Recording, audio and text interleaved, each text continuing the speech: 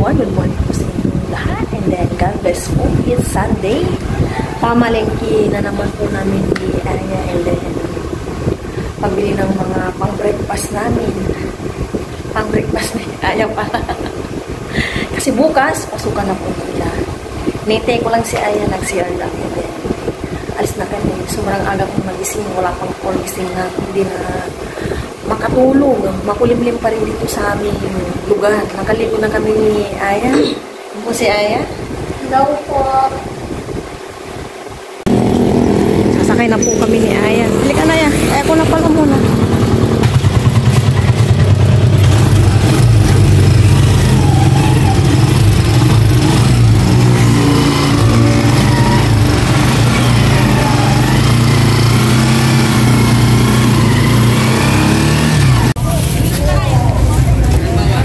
Kakatapos lang namin ni Aya simba. Nandito muna kami sa may upayan.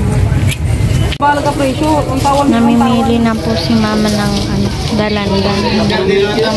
Madam, sit-less. Yan po yung rambutan. 1.5. Ang tawa ng tito'y matag. Sakto.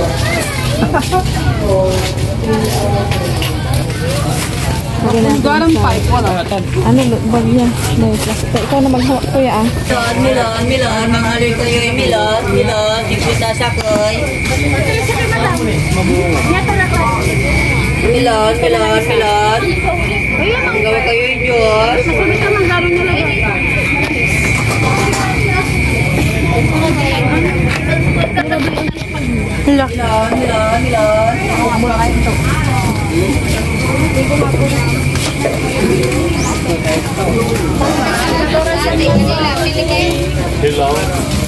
Hilaw ang gusto niya?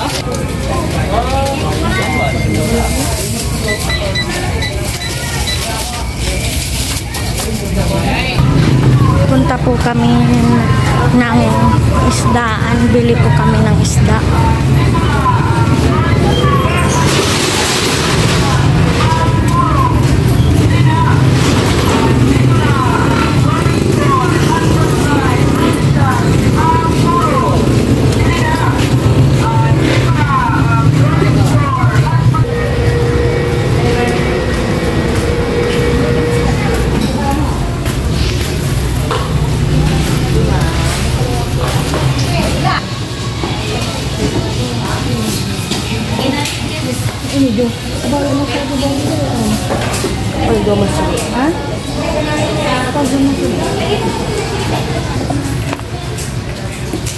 Saan Aya din?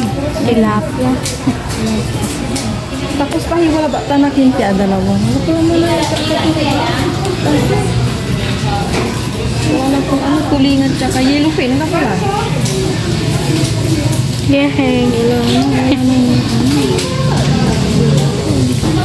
May padang isda po ito.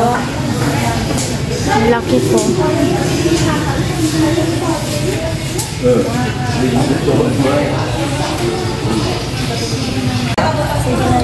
Bili po kami ng hito.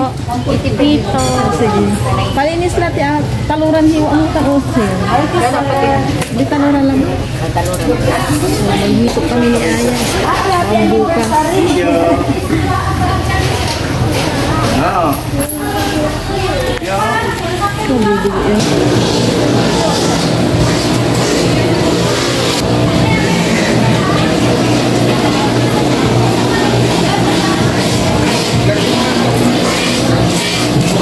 Nandito na kami ni Aya sa bahay. Nag-check lang ako ng aking message kasi tinatanong ko yung advisor ni Aya bukas. At yun nga, alam ko na. Parang this grade 4 sila. 3 room po sila. Hindi kagaya ng grade 2, 2 lang per room ata. Ngayon sila ay 28. Yung mga kaklase niya ng grade 2, magiging kaklase niya ulit ngayon, karamihan. And then, nakita na ni ay mga pangalan ng kaklase niya. At yun, tuwa naman siya. Hindi naman na daw siya kinakabahan. Nasa taas ngayon si Aya nagsi-CR. Biglang sumakit po yung aking puso na. Ayusin ko na yung aming mga pinamili. Ang bilis po ng oras, 9 o'clock na. Medyo natagalan kami sa bus. Bus po kami para makatipid sa pamasahe.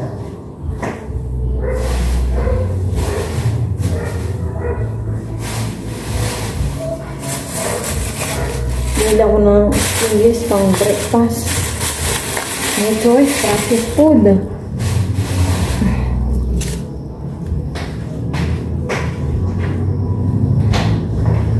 Back to reality.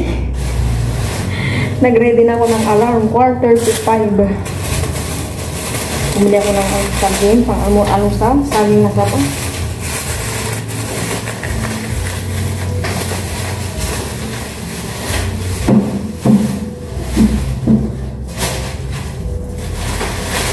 Ano kami ng isang ukay lang. Ito, bimbo pala ito. And seedless na galandan. 51 kilo. Ito siya. Dito muna yung hugasan ko. Kalat namin dito muna. Biglang sumakit talagang ano. Ito bimbo ito eh. Magsasabaw kami ni Aya. Sinigang.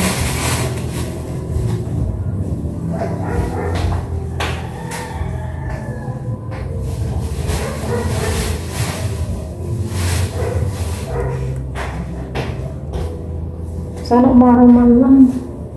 Pero wala naman akong problema. Kalabasa sitaw.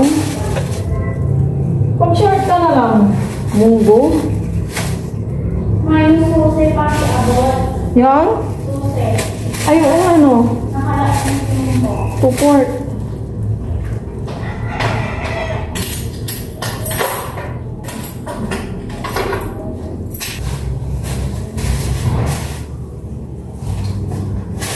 Usual, pan 1 week po namin na ulam. May chicken din. Potato. Ano ba ito? Mga isda ito. Yung dito, bangus tilapia. Isang ukay lang ito. Pang ano. Ang bahay-bahay ito. Naka-chamba, 50 pesos. Not bad.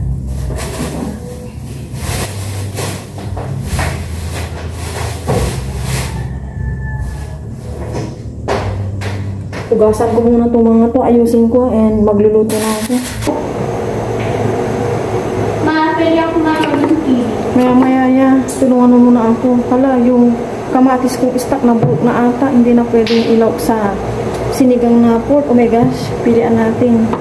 Matapos ko nang linisan yung mga pinamalengke namin ni Aya. Oh my gosh, may uod na.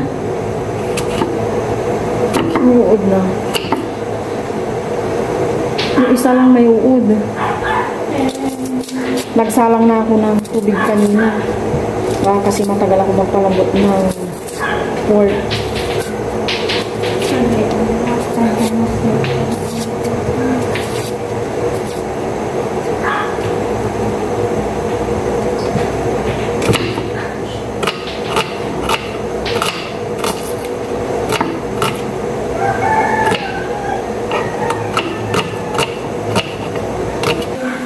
Ilalagay ko na to. Ito, kumukulo na yung inano kong tubig kanina. Oh my gosh.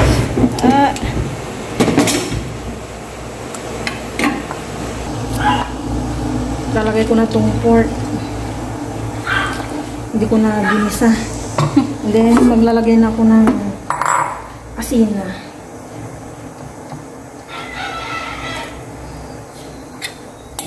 Yun. Palambutin ko. Nakalimutan ko itong ilagay ang pork cubes.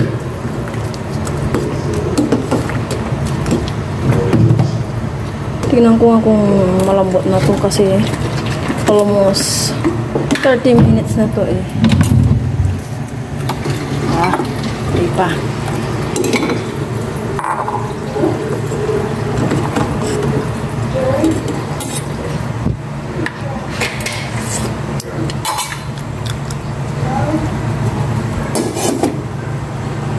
Ilalagay ko na tong sinigang mix powder.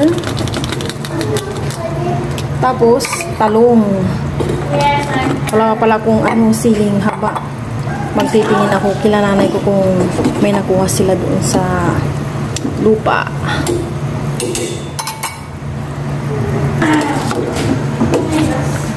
Wala akong siling haba. Wala din doon kila nanay ko. Hindi sila nakakuha. Kaya, ayan, siling labuyo na lang. Tikman ko nga kung okay na. Okay naman na. Ilalagay ko na itong okra.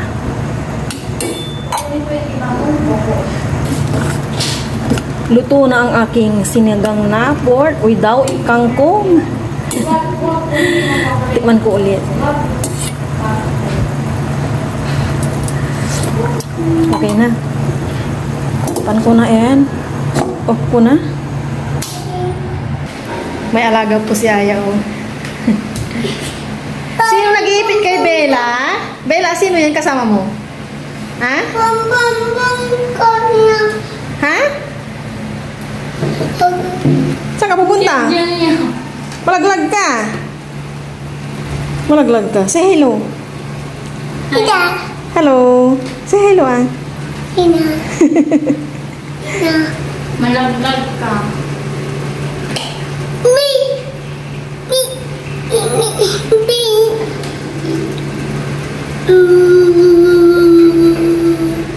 Manunod po si Aya ng horror movie.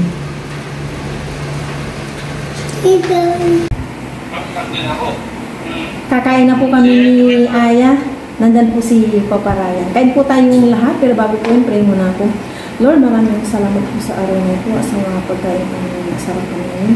Naway lagi po kayong paibayan at gabayan. Yun po ay... Let's see. Pa. Kain na. Tayo pa. Ano po yan? Kanin lang. Hindi ka sa 7-Eleven. Sabi mo bukas siya, din. Yung mga kaklase ni Aya, kaklase niya ng grade 2. Cheers yan. Yung iba lang. Happy. Cheers yan. Cheers po. Lord po na po para po sa inyo. Kain po kayo. Yan niya, oh, mga isda dito. Ayan, oh. Ano? Inaanod. Inaanod na lang. Sana si Papa.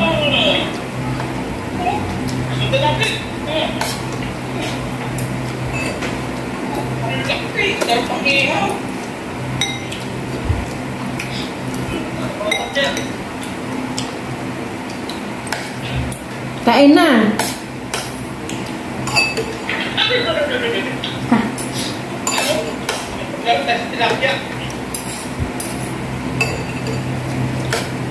Kain na lang. Si Papa. Dahil naman tayo, oh. Dahil naman tayo ng tilapia. Bakit yung isa gumagalaw pero nakahiga? Ayan ang kumain ko. Ito po, pinadating pa. Ito po, oh. Kakabili ko pa naman ng tilapia. Diyan pinupulot lang. Libreng tilapia.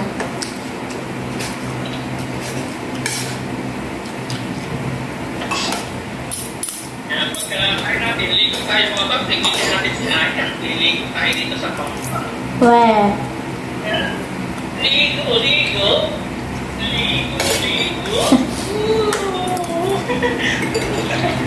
Tingin natin si Aya. Walang ganito sa Pilipinas. Meron, nag-swimming pool kami. Magsabaw ka na. Nagtisaw sa tubig. Sabaw. Walang ganito sa Pangasinan. Hukayan ko si Aya. Ang haba ng ilog dito.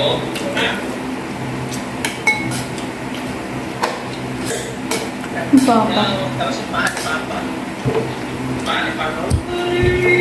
Maliit, hindi abot. Ayoko ng ganyan.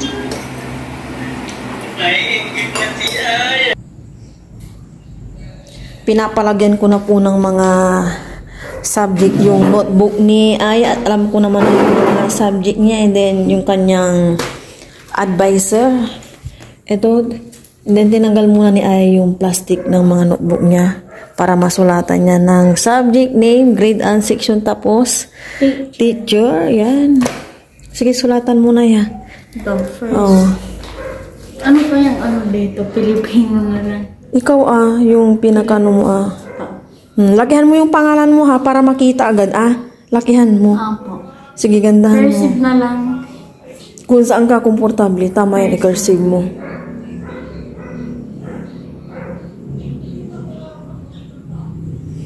Si Ayan na yung pinagsusulat ko, hindi na ako para ma-practice siya.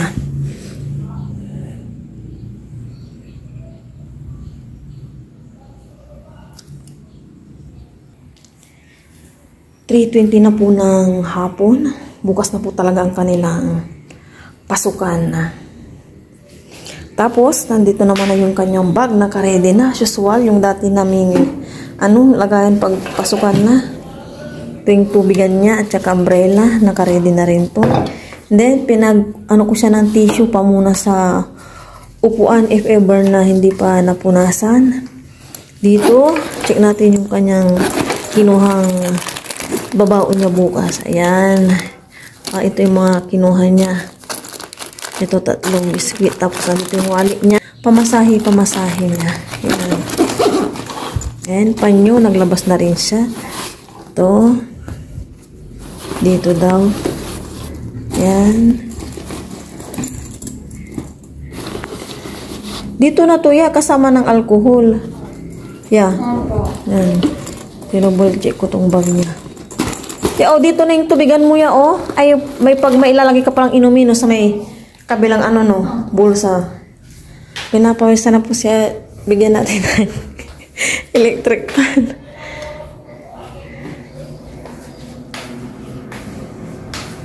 Kita mo ya? Opo.